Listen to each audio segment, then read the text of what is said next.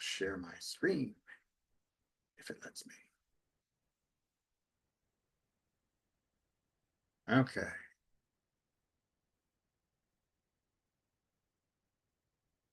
like that's working. Whoop, don't need to hear an echo of myself.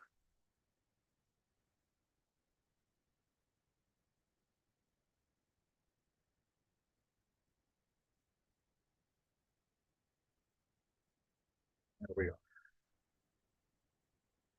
Fantastic. All right, so that is up and running. We'll give it a second for people to log in, and then we will get down to work. I hope everybody is doing well and enjoying our trip into spring. Of course, as any observer of Jewish life will tell you, spring is not exactly a relaxing time in the Jewish calendar. We'll be talking about that quite a bit, but I hope that everybody is also well under way for their Pesach preparations. Because as soon as Purim hits, well, the countdown to Pesach begins.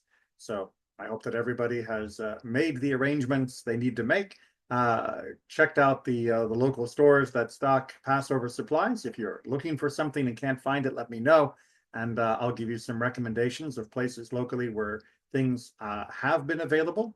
Can't guarantee each year, but hopefully if you're struggling, I'll be able to put you on the right path. All right, well, that gives us our little bit of a buffer. So why don't we go in and get to the work of today? And as much as I love talking about Pesach in general, we need to talk about something a little bit more in particular. Now, what we're going to look at from today is actually two different sections of Torah, but they'll have an obvious connection because this is not only the Shabbat where we read Pekudei, the final section of the book of Exodus in preparation for Leviticus shortly, but this is also the section that comes for the beginning of the month of Nisan, which is why it is called HaChodesh. And we read a special maftir in honor of HaChodesh, in honor of the new month, when that new month is Nisan. This is the only time a new month gets inaugurated with a special reading, special maftir. So we're going to be ducking back into that text as well. I'll point it out when we get there. So the question before us is not just what's going on in the Torah portion, but also what is going on in the calendar and how are the two related. It's not that HaChodesh is always on Pekudei, but it is quite often, or Vayakel Pekudei when it's a double parasha. But we'll leave the complicated calculations for calendars to others. We'll focus on the content and meaning. So we're going to begin in Exodus 40, verse 16. Moses made it. Now, the it under question here is obviously very clear in context. If we'd been reading all the way up to this point, we would know that we were talking about the Mishkan. We were talking about the tabernacle. After all, this has consumed multiple chapters out of the second half of the book of Exodus and is something that we have talked extensively about. So Moses made it exactly as Adonai had commanded him, thus he made it. So it's very strongly emphasized, first, that Moses is the one involved, and secondly, that this is being done according to the commandments. That this is not how do we think the tabernacle should look, but mimicking precisely the instructions that God gave us. And then we get back to the narrative. And so it was, in the first month, in the second year, on the first day of the month, the dwelling was erected. Dwelling is Fox's translation of the word Mishkan. Honestly, it is probably a better word in modern English than tabernacle. Mishkan, of course, does talk about something dwelling in a place. It's the same root for talking about a neighborhood or a neighbor or living somewhere in certain circumstances. So dwelling is a fine English word to try and capture that feeling without obscuring it behind an English word like tabernacle. English has changed a great deal, and so the best words to render some of the more difficult Hebrew concepts will change over generations, which is why when people pledge allegiance to a particular translation of the Torah, they are doing not just a disservice to linguistics and how languages work, but they're doing a disservice to Torah, because there is no perfect translation. because all translations will eventually fall behind the current usage of any given language.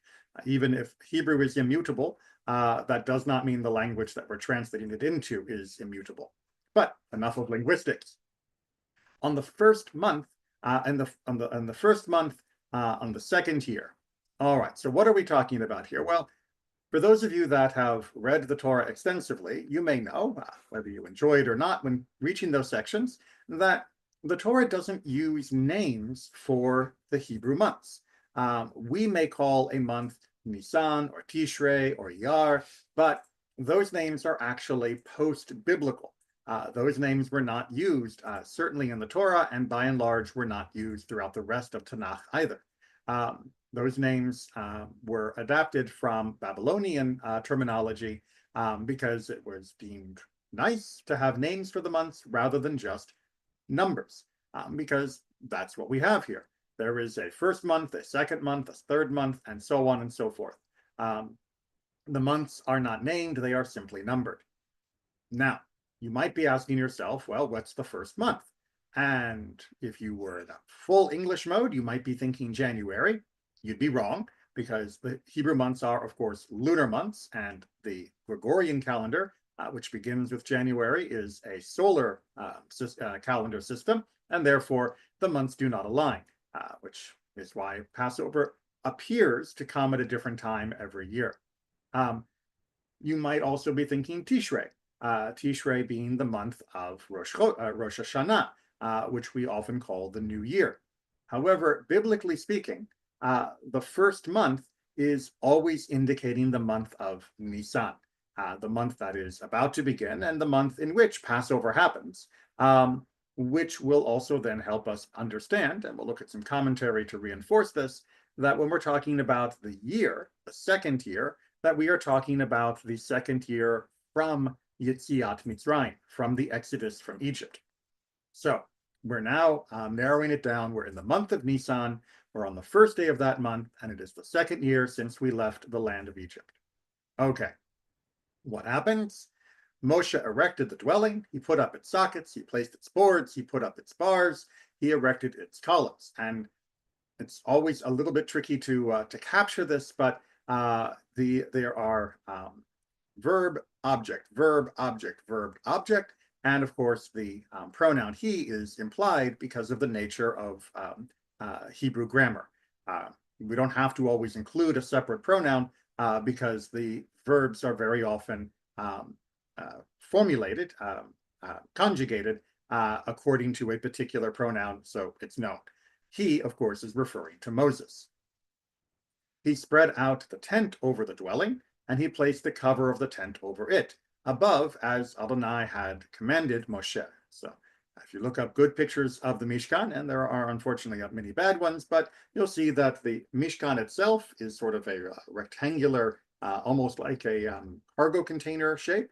And then there are tents that go over it for both beautification as well as waterproofing. He took and put the testimony in the coffer, or in the ark. He placed the poles of the coffer. He put the purgation cover of the coffer. So he's building the Ark of the Covenant in its final form, assembling it. He brought the coffer into the dwelling, and he placed there the curtain of the screen and screened the coffer of the testimony as Adonai had commanded Moshe. So the ark is going into the Holy of Holies, and the rest of the construction continues. He put the table in the tent of appointment, and on a flank of the dwelling northward outside the curtain. So now it's on the middle chamber, if you will. The Mishkan was divided into two main sections. The back cube was the Holy of Holies, and then the other 2/3 was the main chamber, if you will, of the Mishkan, and arranged on it the arrangement of the bread of presence before the presence of Adonai, as Adonai had commanded Moshe. And he placed the lampstand, and we're going to finish there. So the rest of this will continue with him arranging everything. But I wanted to make sure we got the full flavor. One, that we are being very precise about when this was being done. Two, that we're being very precise about where everything goes, because everything has a proper place within the Mishkan. And three, that all of this is being done by Moshe, and repeatedly reminding us that this is being done by Moshe at the command of Adonai. Now, all of this may feel a little, I don't know, anticlimactic, because we read about the design of the Mishkan, we read about the construction of the Mishkan, and now we're reading the assembly of the Mishkan. It is a little wearing down on us of why do we need to know all of this? Well, hopefully by the end of our look at the commentary today, you'll understand not only why we need to hear all of this, but also why this month and why this time that we are now entering is very, very special. And that what may feel like redundancy in the eyes of a modern reader is in fact meant to be a waving signal, a pulsing, flashing light trying to get our attention to make us, well, feel differently than we would were it not there. But as moderns, we are very good at tuning things out that don't catch our attention the way we are used to. Grabbing attention in the modern world is a tricky thing. Okay, so let's go ahead and jump into our commentary and find out what exactly is going on here. Because obviously this is important, or else the Torah wouldn't spend so much time on it. Obviously, the fact that we're talking about this, this moment in time is important, or else it wouldn't be mentioned either. So we're going to begin with Chizkuni, taken here from our Torah portion on verse 17, where he is outlining what I tried to give you as well. It was on the first day of the second year, counting from the exodus from Egypt. So even though we normally years are counted as commencing with the month of Tishrei, in this case, we are counting years from the exodus. So this is reminding us or informing us, if you were unaware, that there are multiple ways to keep track of years. There are multiple ways to keep a count. And I know that sounds weird to a lot of people, but we do that all the time. You might have a year counted 2025 from January 1 through December 31st.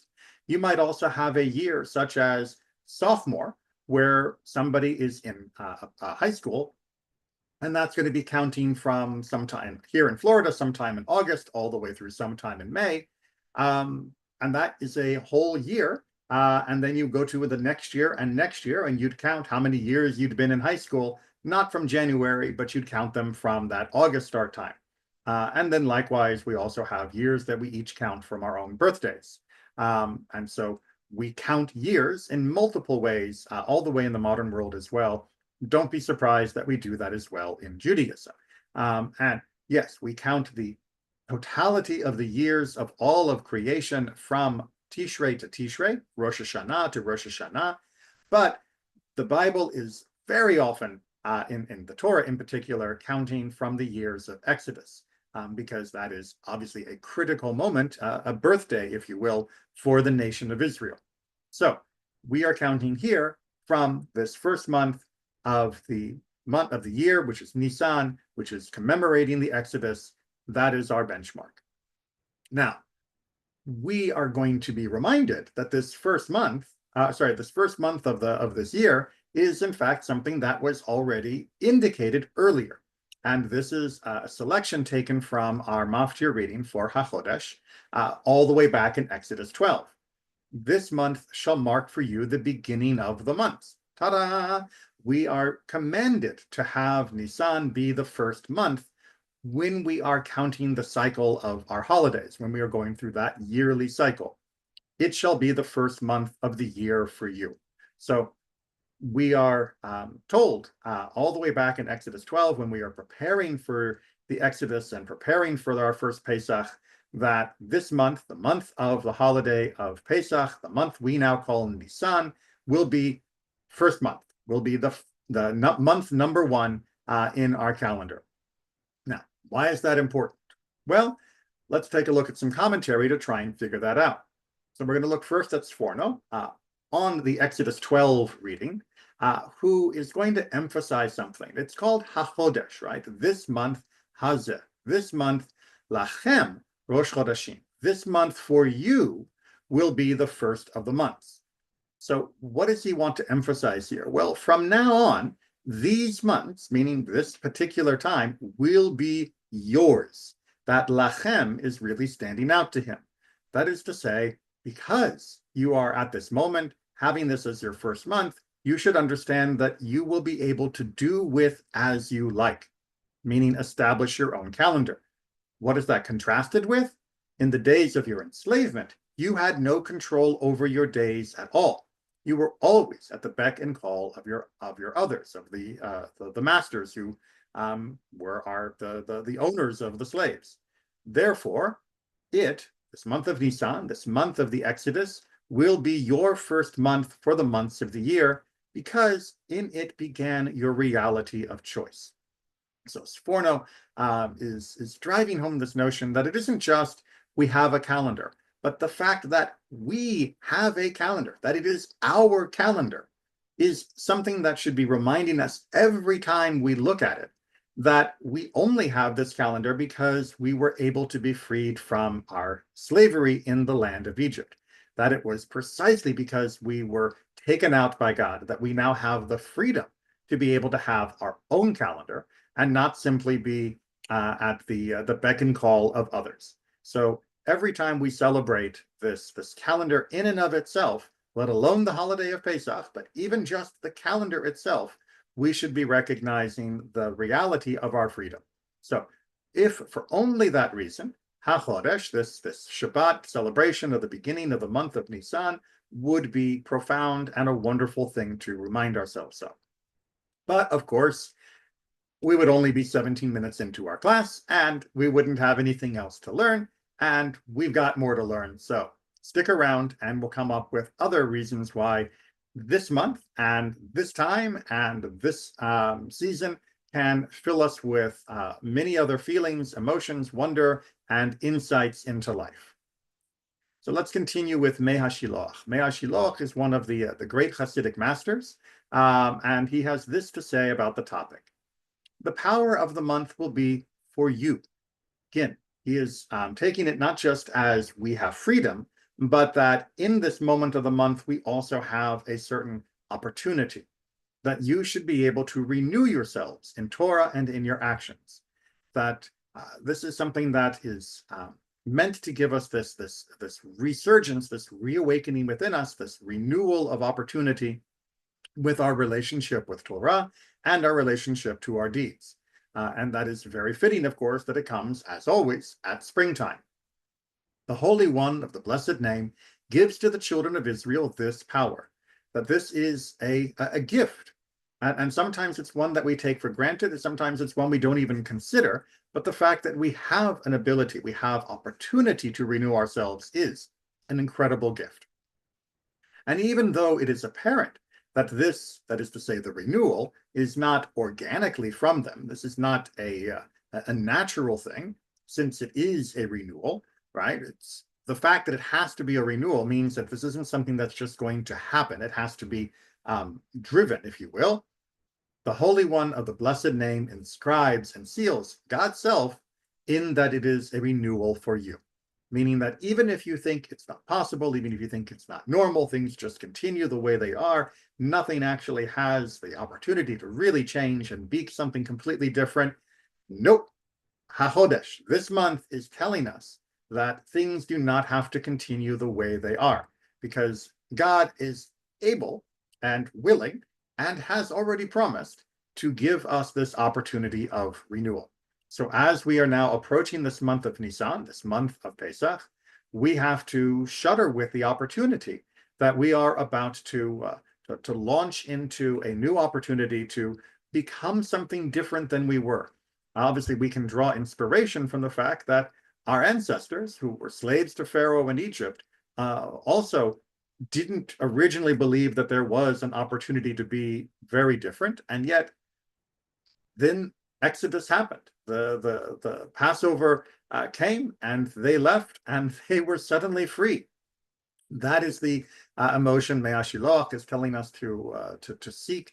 That at this time of year, we should recognize that there is a special opportunity for this renewal of ourselves in a way that will help us escape whatever Egypt we are currently bound in, and to walk closer to God, Torah, and our deeds of merit.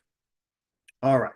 Now, to do that, of course, it's not surprising then that, my mouse went a little overboard there, that in the time leading up to Passover, that we try to engage in our preparation. So this section taken from Shulchan Aruch begins by stating, we learn the halachot of Pesach for 30 days before Pesach.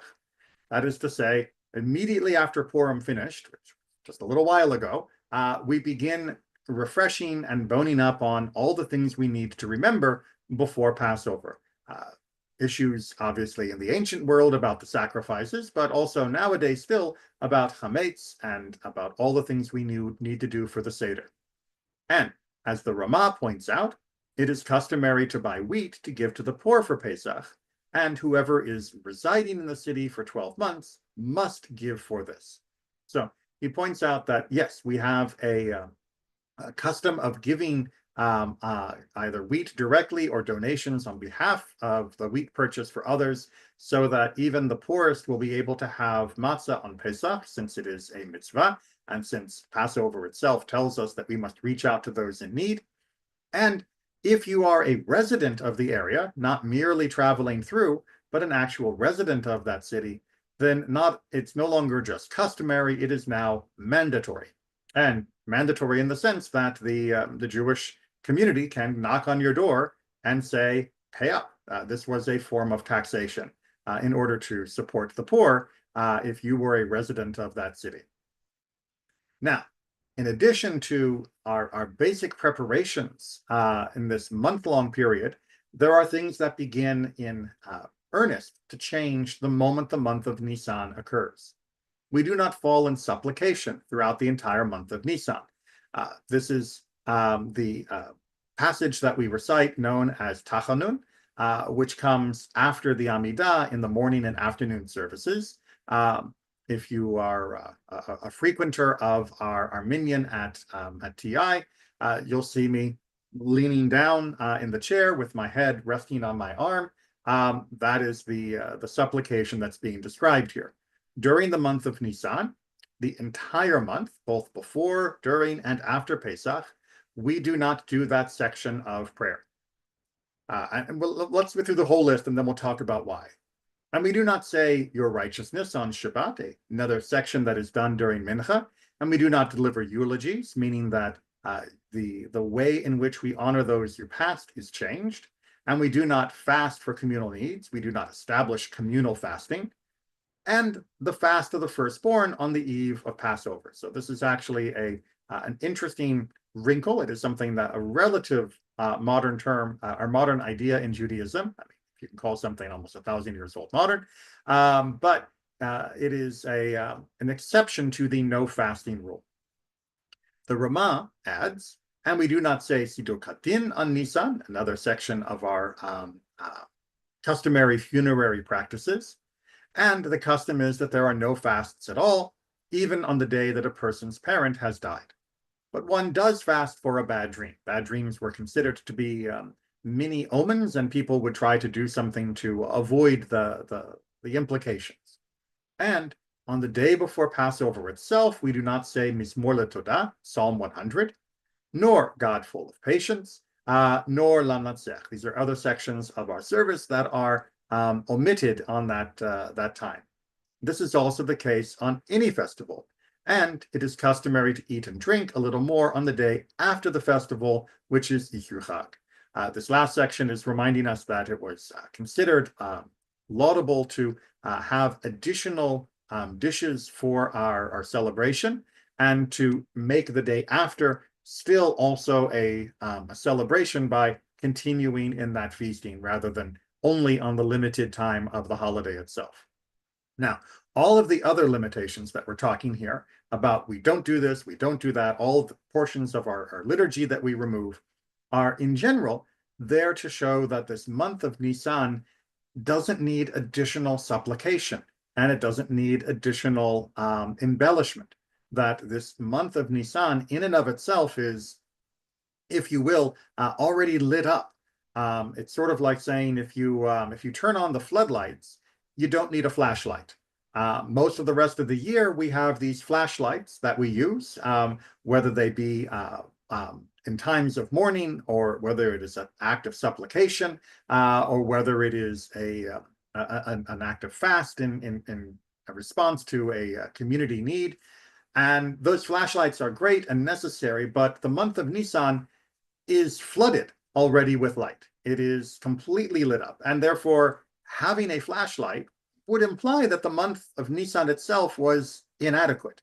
If you walk around with a flashlight in a brightly lit room, people are going to look at you funny. Because are you saying that the brightly lit room isn't bright enough?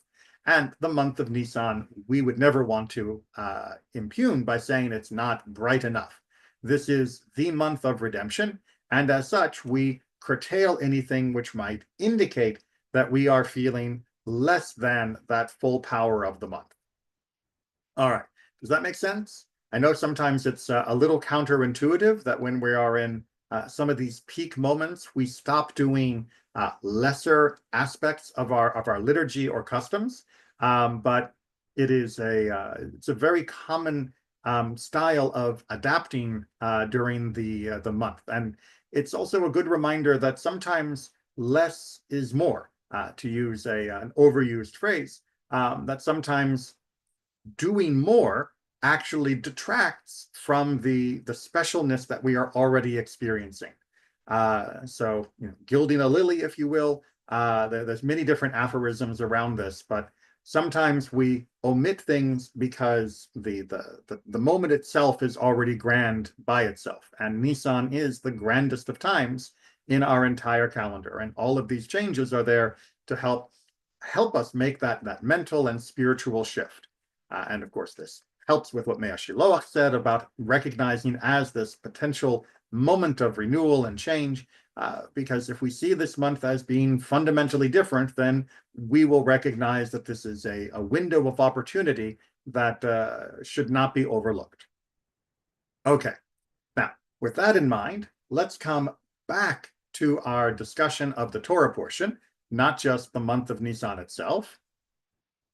So just as a reminder, I put it in the handout, and Moses did just as Adonai had commanded him, so he did. In the first month of the second year, on the first of the month, the tabernacle was set up. And we know that the reason this tabernacle was being set up was established back in chapter 25, and let them make me a mikdash, that I may dwell among them. So now it is finally done, and it was done for this purpose, that God would be among us. Now, what does that mean in practice? Well, we can look at the details and see what is important here. And this is coming from a more modern commentary, which summarizes this insight, I think, best. Moses now carries out God's commands to erect the tabernacle and all its components, like we read. There is no mention, however, of the vestments or the consecration of the priests. That's going to happen in Leviticus. So we're not talking about the priests and what they wear, or about ordaining them as becoming the priests. That's all going to happen in Leviticus. Instead, we're only talking about the actual tabernacle. Now, the fact is, we talked about making all of those things, and we talked about doing the inauguration of the priests, but we're not doing it right here. Why? Well, because by omitting it, it allows this structure to emerge. The clause, as Adonai commanded Moses, appears 7 times in this passage. We didn't go through all 7 because of time constraint, but you can see the verse numbers there, that 7 different times it says, Moses did something as Adonai had commanded. Moses did something as Adonai commanded. Now, 7 is always a very special number. And as the commentary points out, these 7 times of doing as Adonai commanded are echoing the 7 units of time in the creation account of Genesis. As the world was created in 7 days, so the tabernacle, the microcosm of the world, is erected in 7 stages. So when we are remembering that the tabernacle was built so that God could be among us, we are being reminded that the entire world was built so that there would be a place for us. And now within that world, there is a place for God. Don't get me wrong, God is not in the box. God is never trapped in a particular location, but it allows, if you will, a portal, a thinning of the veil between us and God, to allow us to feel God's presence more powerfully in that in the confines of the Mishkan than we would elsewhere. It is about manipulating our own access to God's presence, not about God's presence itself. But this parallel between the seven stages of creation and the seven stages of the Mishkan is reminding us that the tabernacle is like a new world. It is creating a new world in this partnership with God. And the godlike role of Moses is reflected in the attribution to him alone of all the elaborate construction work, inconceivable without a team.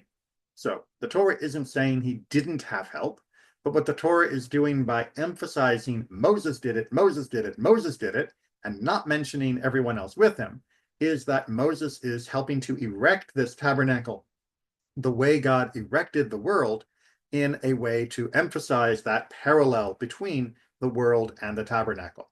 Obviously, Moses could not have done this by himself.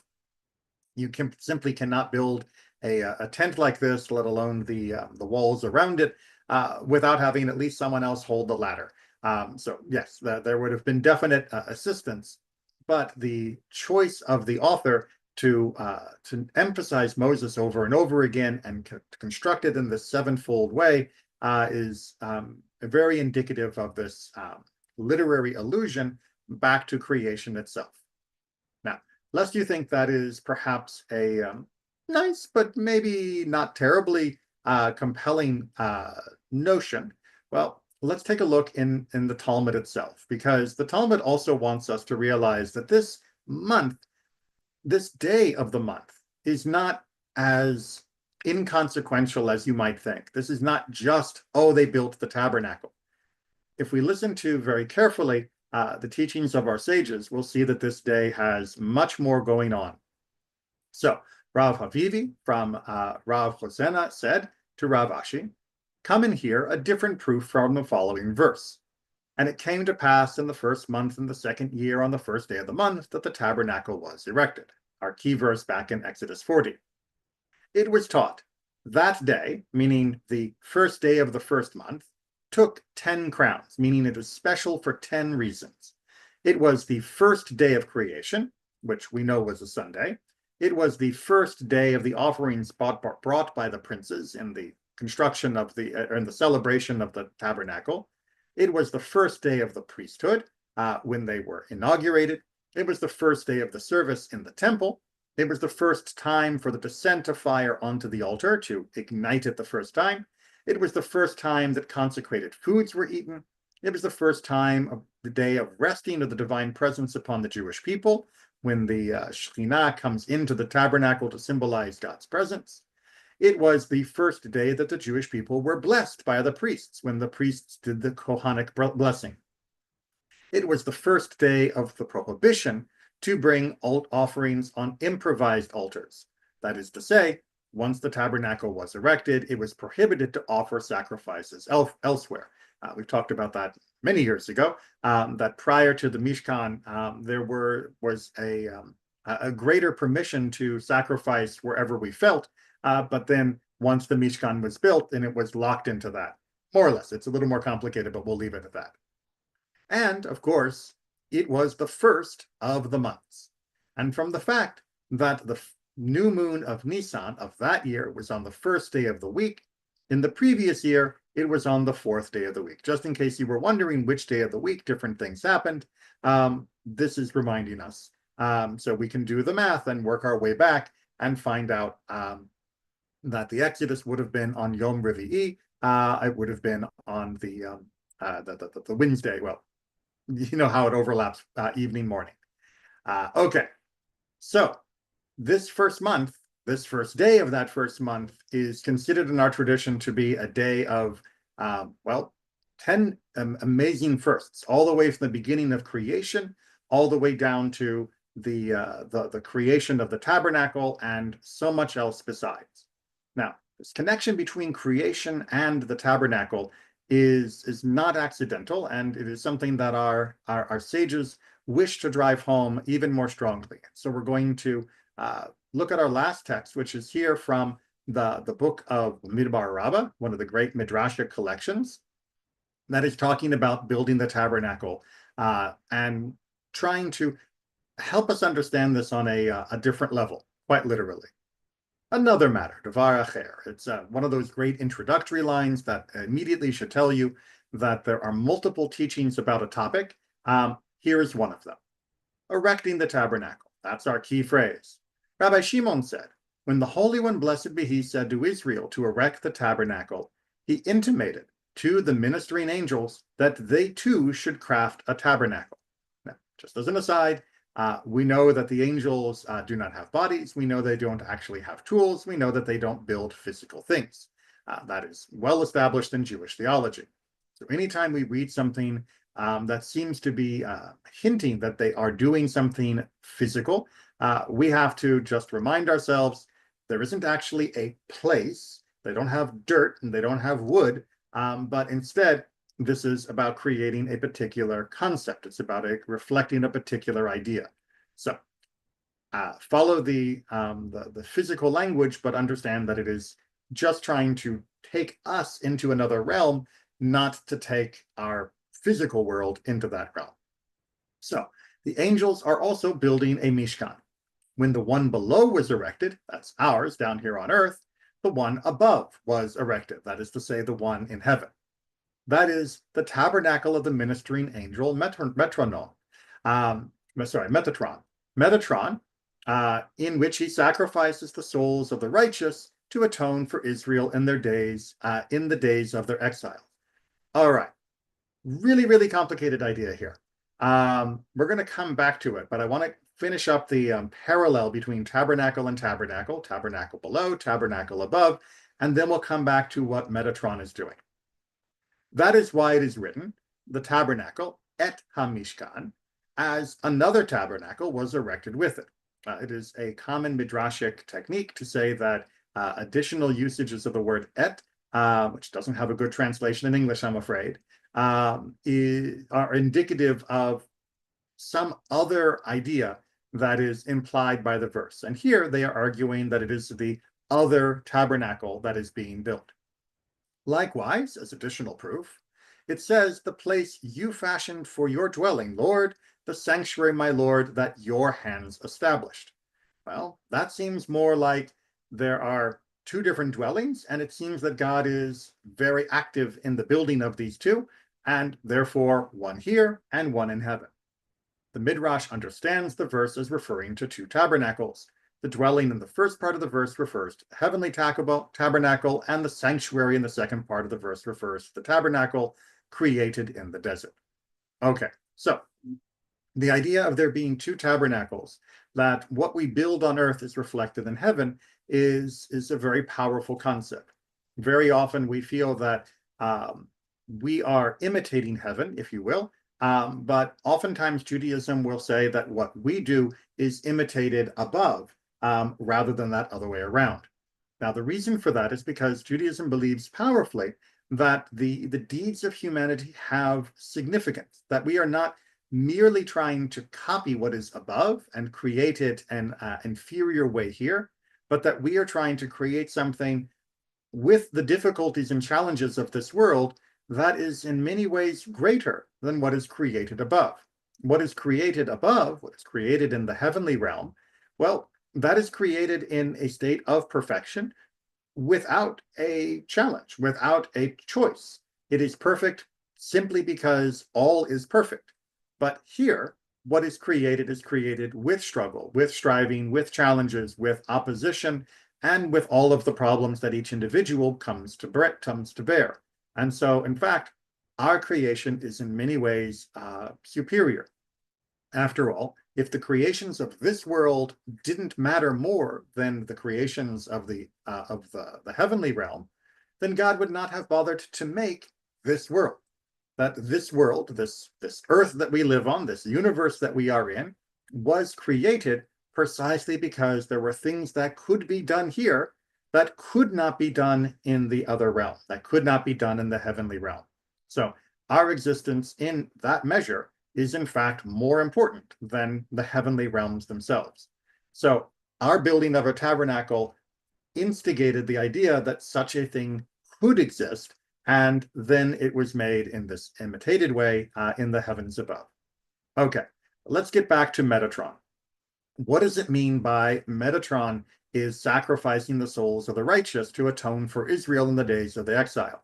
So the notion here is that the angels are alarmed with the destruction of the Mishkan and the destruction of the temples, that there is no altar. There is no way for the people to atone in the physical world with the sacrifices. We do not have a way to officially offer up a sacrifice. Now, Judaism, based on the Bible itself and rabbinic interpretation, makes it very clear that that is not exactly a deal breaker, because God himself had already indicated that our prayers and our deeds were more than sufficient. And in fact, prayers and deeds will provide atonement even where sacrifices won't, and that a sacrifice without proper spiritual direction or without proper change in behavior is not an atonement at all, that there is no mechanical element.